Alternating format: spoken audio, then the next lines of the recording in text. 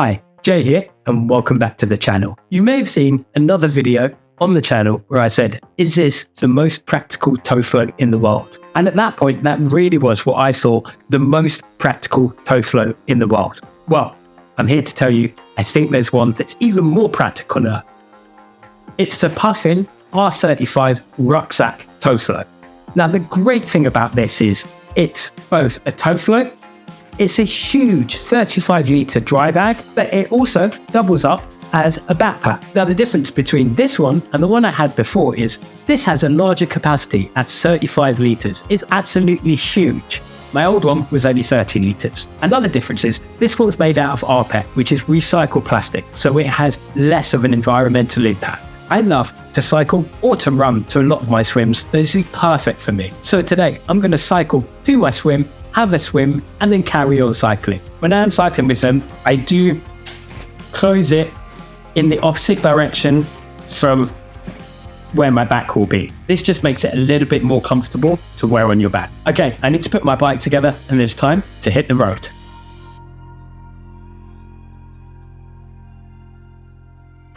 Cool, so do not ever come to me for bike maintenance tips. I'm terrible. Previously, I have started on this quite steep hill cold and I actually strained my calf, so I'm going to pop down, get some speed and come back up.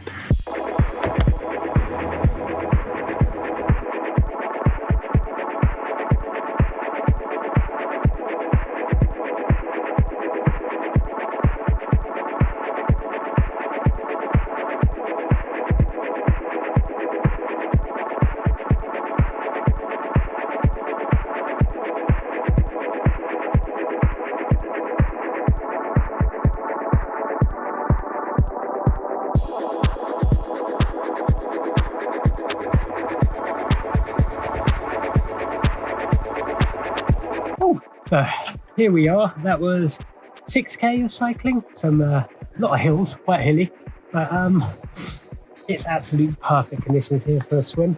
This is great. One thing is, I don't know if they've done it in a wind tunnel, but it is designed to be super aquadynamic. Is that the word? Super streamlined when swimming. So instead of normally you have large valves, these have these small flat valves to make it a lot more streamlined.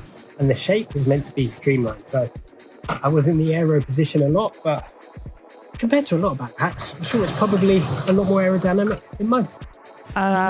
Left on my bike. Full disclosure, I'm not going to fit my helmet in here. I've got that to my bike.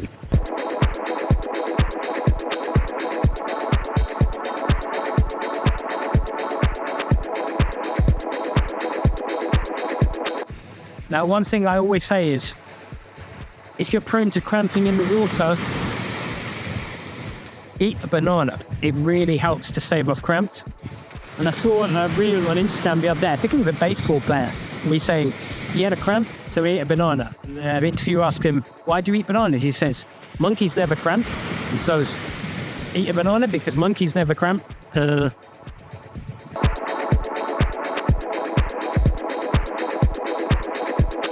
Another great thing with this is, it comes with reflective strips and obviously super bright, so it'll keep you really visible out in the water, but also if you're cycling, running or hiking, especially in low light conditions, it's going to keep you really visible on the road.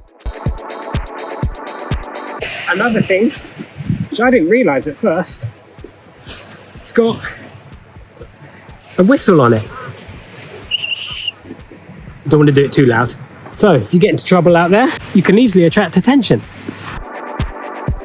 One thing I do almost every single time I use a tow float, I always leave the leash right at the bottom of the bag and have to unpack it twice. So make sure you take the leash out.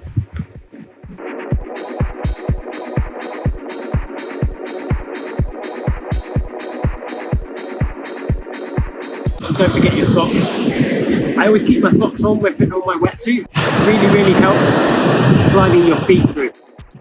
But then I always pack up my tow float, forget those as well, and I have to undo it again.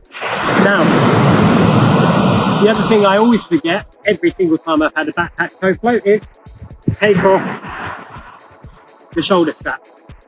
Because otherwise you get out, you've got sopping wet shoulder straps, dripping all down you on your ride home.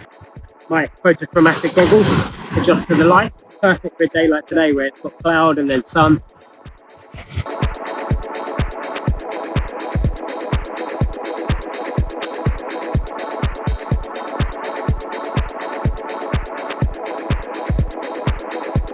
These valves really are streamlined. The other good thing is it's got 2 air pockets, so if one gets pierced, you're going to have the other side and it's going to still keep on floating out in the water. So there you go. That's the inflated R35 Rucksack Tow Float from Puffin. Now it's time to get your swim on.